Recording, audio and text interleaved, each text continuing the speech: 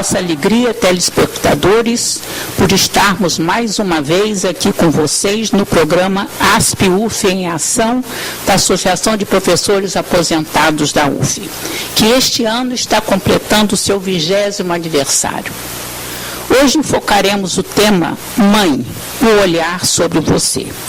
Neste bloco, teremos primeiramente a professora Maria Felisberta Batista da Trindade, professora de vários graus de ensino, com larga experiência, professora aposentada da Faculdade de Educação, onde foi diretora, ex-secretária do município de Niterói, onde fez um belíssimo trabalho junto à comunidade, e na ASP ela atua como presidente do Conselho Deliberativo.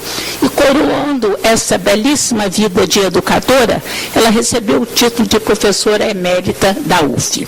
E a nossa pergunta hoje, querida professora, é: como surgiu o Dia das Mães? Tânia, a origem do Dia das Mães tem a sua história na antiga Grécia, em caráter mitológico, porque eles homenageavam a deusa da primavera, que era Hera. E mais tarde, nos Estados Unidos, uma jovem, Ana Jarvis, resolveu iniciar uma campanha para a consagração do Dia das Mães, através de homenagem, com a entrega do cravo branco, porque o cravo branco representa a pureza, a fidelidade, o amor, a caridade e a beleza. Em 1914, o presidente Wilson, nos Estados Unidos, estabeleceu a comemoração no segundo domingo do mês de maio. Ana lutou muito por esse dia para que fosse oficializado realmente pelo poder público. E no Brasil nós tivemos a primeira comemoração em Porto Alegre, a 18 de maio de 1918, sob a promoção da Associação Cristã de Moços. Mais tarde, no governo de Getúlio Vargas, em 1932, ele oficializou a data para o segundo domingo do mês de maio. Em 1947, Dom Jaime de Bárbaros Câmara, cardeal arcebispo do Rio de Janeiro, estabeleceu que deveria partir para o calendário também a integração do Dia das Mães. Eu queria também fazer uma observação final. Ana Jarvis morreu em 1948 com 84 anos, mas ela teve alegria por consagração da data do segundo domingo de maio, mas também a tristeza, porque ela considerou que estava vindo uma deturpação através de uma intenção mais comercial. E ela dizia: não criei o Dia das Mães para que ele tenha lucro. Criei para fortalecer a maternidade, o amor, a alegria, a consagração, né, dessa própria maternidade. E eu quero aproveitar, porque dia 13 de maio, daqui a pouco, no próximo mês, nós teremos a comemoração do Dia das Mães. E esperamos que a consagração do Dia das Mães venha contribuir também para as políticas públicas no sentido do amparo da maternidade, dos filhos, enfim, de uma vida mais digna, mais justa, mais humana, mais solidariedade no nosso país. Muito obrigada, professora Maria Felisberta, que falou com seu amor de mãe e de professora. Mas nós continuamos o nosso programa, desta vez com a professora Eneida Fortuna de Barros, professora de Teoria Literária, disciplina que ela inaugurou aqui na UF. Ela pertence a uma tradicional família de professores e é membro da Academia Fluminense de Letras, um membro bastante atuante, né? E a nossa professora Eneida vai nos brindar com o tema O Olhar da Mãe na Literatura. E com ela, que é mestre da palavra, eu a deixo com você. Muito obrigada, Tânia. O olhar da mãe na literatura. Graças à literatura e até à literatura infantil, que hoje é levada inclusive às praças públicas. E o olhar da mãe se faz presente no mundo, pelo registro de sua imagem. Neste século XXI, de ritmo frenético, como diz meu neto, e de enorme poder informativo, vindo dos meios de comunicação, da internet principalmente e outros, sente-se já um novo olhar da mãe, que desponta para nos ajudar a entender o mundo maternal, nos relacionamentos atuais, ainda não muito bem definidos em suas bases. Essa nova mãe, por esse novo olhar, será aquela que se prepara para assumir o seu papel, dentro e fora do lar, até mesmo como chefe de família, no enfrentamento corajoso das dificuldades do dia a dia. Cria-se hoje uma ruptura nos modelos exemplares dos mitos tradicionais das sociedades arcaicas, que, no entanto, ainda sobrevivem na cultura popular, nas artes e na literatura. É a imagem das mães d'água que habitam os lagos, os mares e os rios.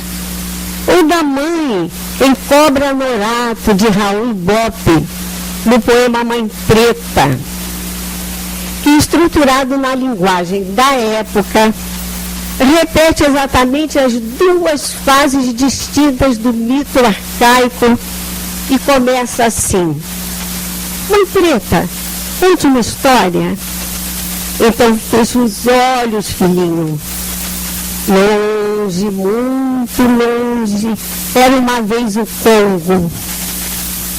Ao contar uma história para o filho, essa mãe vai recitando todo o mito cósmico, no qual o mundo fala através dos elefantes, do mato, do sol, dos rios, das árvores e do mar.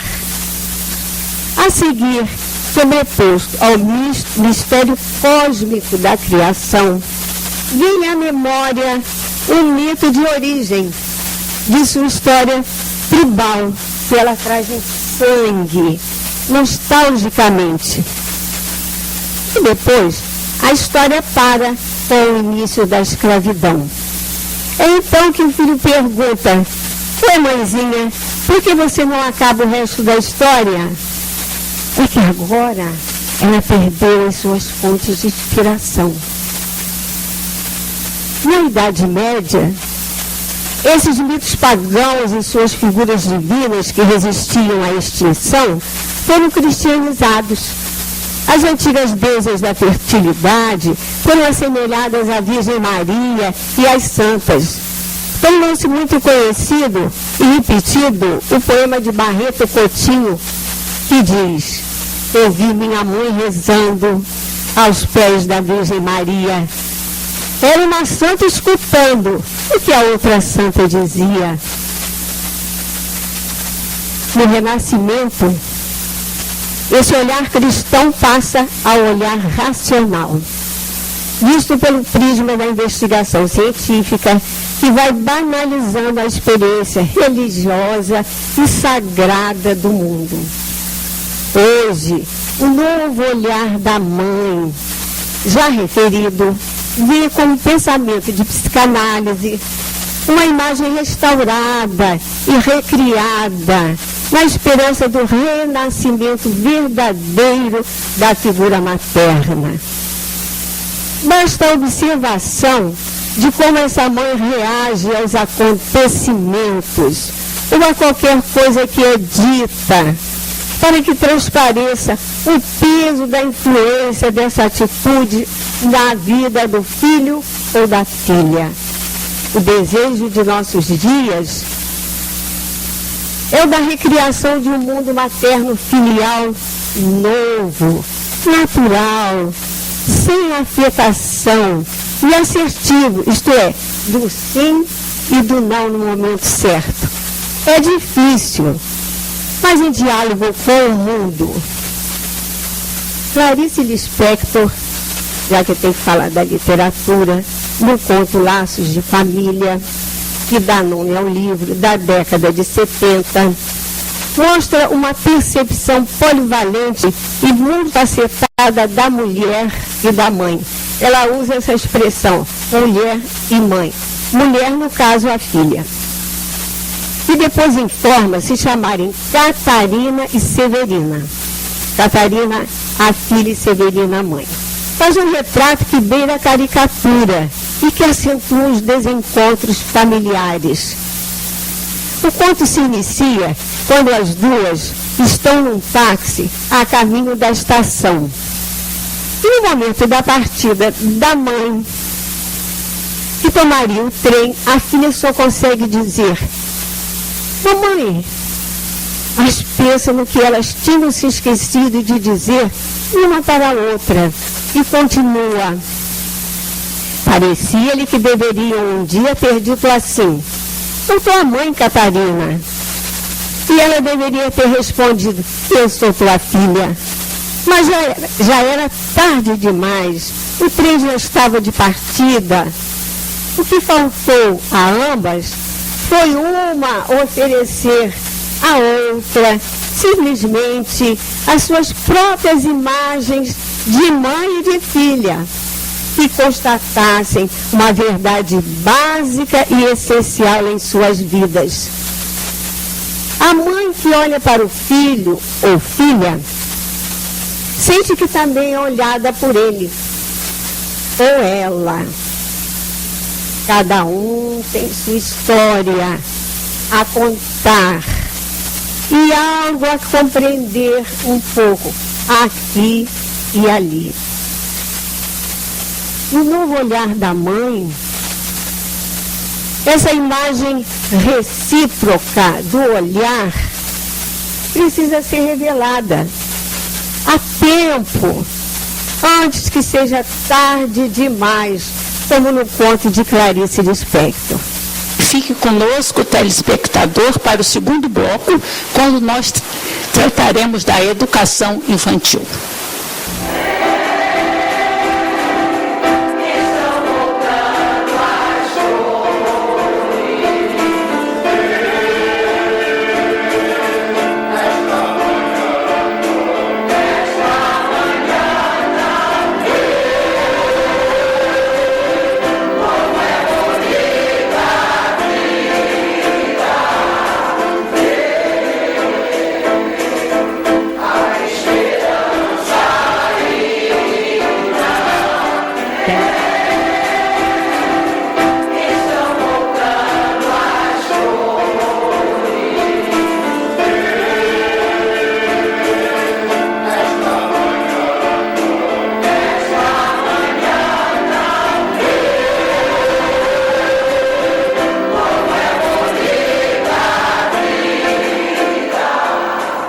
Dando continuidade ao programa ASP UF em Ação, nós vamos ter agora, nesse segundo bloco, o tema Educação Infantil.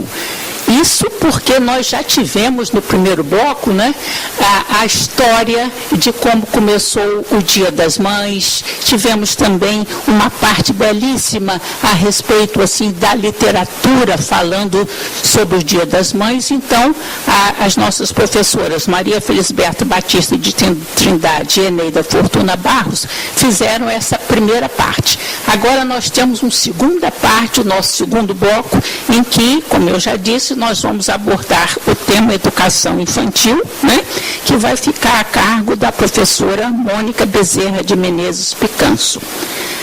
A nossa professora Mônica, ela é psicóloga de formação, professora da Faculdade de Educação da UF, atua na creche da UF e coordenou esse trabalho durante 8 anos, né? É mãe de 4 filhos, de modo que Mônica conhece muito bem os dois lados, o da mãe, né, e o da creche. E por estudo, porque é uma professora, e por vivência também. E a questão que nós vamos colocar para a Mônica é: como tem sido a relação das mães com a creche ao longo dos anos? A questão da creche e da mulher está totalmente vinculada. né? Na verdade, a história da creche, ela liga-se completamente à modificação do papel da mulher na sociedade, especialmente na relação que esse papel, na modificação que esse papel traz dentro da própria família, especialmente na educação dos filhos. Se nós pensarmos assim, até o início do século passado, por volta de 1900, praticamente não existia creche no Brasil. O que nós tínhamos no Brasil eram as mulheres, normalmente mulheres mulheres dos fazendeiros, que cuidavam de crianças, muitas vezes filhos de bastardos, né? Crianças que eram vítimas, na verdade, que eram originadas, na verdade, da exploração sexual, as mulheres negras, as índias, e essas crianças acabavam sendo abandonadas e precisavam ser cuidadas de alguma forma. Então, quem acabava cuidando dessas crianças eram, na verdade, as mulheres dos fazendeiros, ou elas eram colocadas no que nós conhecemos como roda dos expostos, e aí eram cuidadas na Santa Casa da Misericórdia pelas freiras.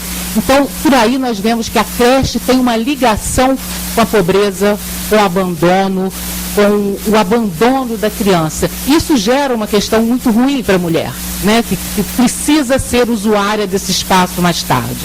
Porque a própria palavra creche significa manjedoura. Então, quando nós pensamos na creche, quem ficou na manjedoura, né? Foi Jesus Cristo, que foi negado a ele um lugar para nascer, né, durante um tempo, e aí Maria encontra um abrigo que é uma manjedoura. E a creche passa a assumir esse nome, não por acaso. Então, a creche fica realmente vinculada a esse lugar de abandono, a esse lugar de abrigo. E, na realidade brasileira, quando nós pensamos na história da creche e na história da mulher, consequentemente, nós temos que ver, na verdade, a evolução da sociedade capitalista. Que é exatamente no momento que a mulher precisa entrar no mercado de trabalho que começa a criar um problema real. Onde deixar os filhos? Onde deixar as crianças? Então, primeiro, esse problema vem dessa questão. E a primeira solução que a mulher dá é uma solução caseira, né? De arranjar outras mulheres naquele espaço em que ela mora que pudesse ficar com as crianças. Então você pegava uma mulher que ficava com um grupo de crianças para que outras pudessem trabalhar. Então primeiro nós temos esse tipo de solução. Mas na década de 20 começa a vir imigrantes para cá, para o Brasil, e começa a ter um movimento do operariado. E esse movimento operário acaba fazendo com que haja a reivindicação por creches. Então, nesse processo de reivindicação por creches, para que a mulher pudesse trabalhar. Mas veja bem que interessante, o ideal de mulher é o ideal de mulher-mãe, que não precise usar esse espaço. Na verdade, a gente está falando o tempo todo, se a gente está vivendo uma crise econômica na década de 20, na década de 30, e a mulher precisa ir para o mercado de trabalho, é uma anomalia.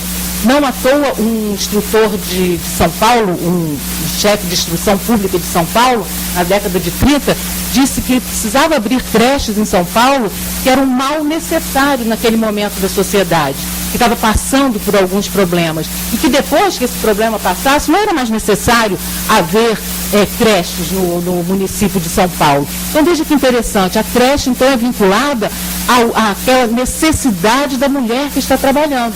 Então, como era necessário para ela trabalhar, ela ficava, mas o ideal de mulher, ela queria que ficasse em casa tomando conta dos seus filhos. E aí o tempo vai passando. Aí já na década de 60, nós já vemos novos elementos entrando em cena. A creche começa a ser defendida e começa a ser desejada porque ela é um espaço de promoção de saúde, porque ela é um espaço de segurança, porque ela pode compensar carências vividas por essa criança. Então, principalmente, é para evitar a marginalidade. Então, é a época da educação compensatória. A creche era o lugar para compensar todas as carências. E aí, o que acontece? Na década de 70, a gente já entra num outro momento. Um momento em que a própria sociedade reivindica a creche, não mais para compensar carências, mas como um direito da mulher trabalhadora. E aí nós passamos por 3 momentos importantíssimos. Primeiro, a creche como um favor, lá na roda dos expostos. Depois a creche como necessidade. A mulher tinha necessidade de entrar no mercado de trabalho, até chegarmos atualmente com a creche como um direito. E veja bem, não só como um direito da mulher trabalhadora, mas como um direito da criança de viver num contexto de desenvolvimento infantil. A creche, ela complementa a ação da família. Ela é um direito da criança e uma opção da família de complementar essa educação com a creche. Então, a creche, a relação da creche com a família, eu diria hoje em dia, é de complementar essa ação educativa da família. Então, a creche não vai substituir a família, ela vai complementar a sua ação. E a ação da família, principalmente, é dar muito afeto, muito carinho e educar, assim como da creche também. Muito obrigada, professora. Se quiser, talvez complementar, não sei se vai ser preciso, porque realmente toda vez que eu chego aqui é com alegria muito grande, porque ser âncora desse programa é estar sendo atualizada a cada momento, né? Então, o nosso programa ASP-UF em Ação, da Associação de Professores Aposentados da UF, que neste ano completa o seu 20º aniversário, é um ano bastante festivo para nós, né? Então, nós queremos agradecer a esses professores, professora Mônica Bezerra de Menezes Picanço, professora Maria Felisberta Batista de Trindade, professora Eneida Fortuna Barros, né? E queremos também terminar o nosso programa fazendo uma homenagem às mães pelo seu dia. E o coral da nossa ASP, o coral Cantar é Viver, vai nos apresentar uma das músicas do repertório apresentado no dia do almoço festivo de homenagem às mães. E queríamos pedir a você, telespectador, que continue conosco, porque nós estamos convidando a você para um próximo programa em breve. Vejam e acessem o site da ASP-UF na telinha.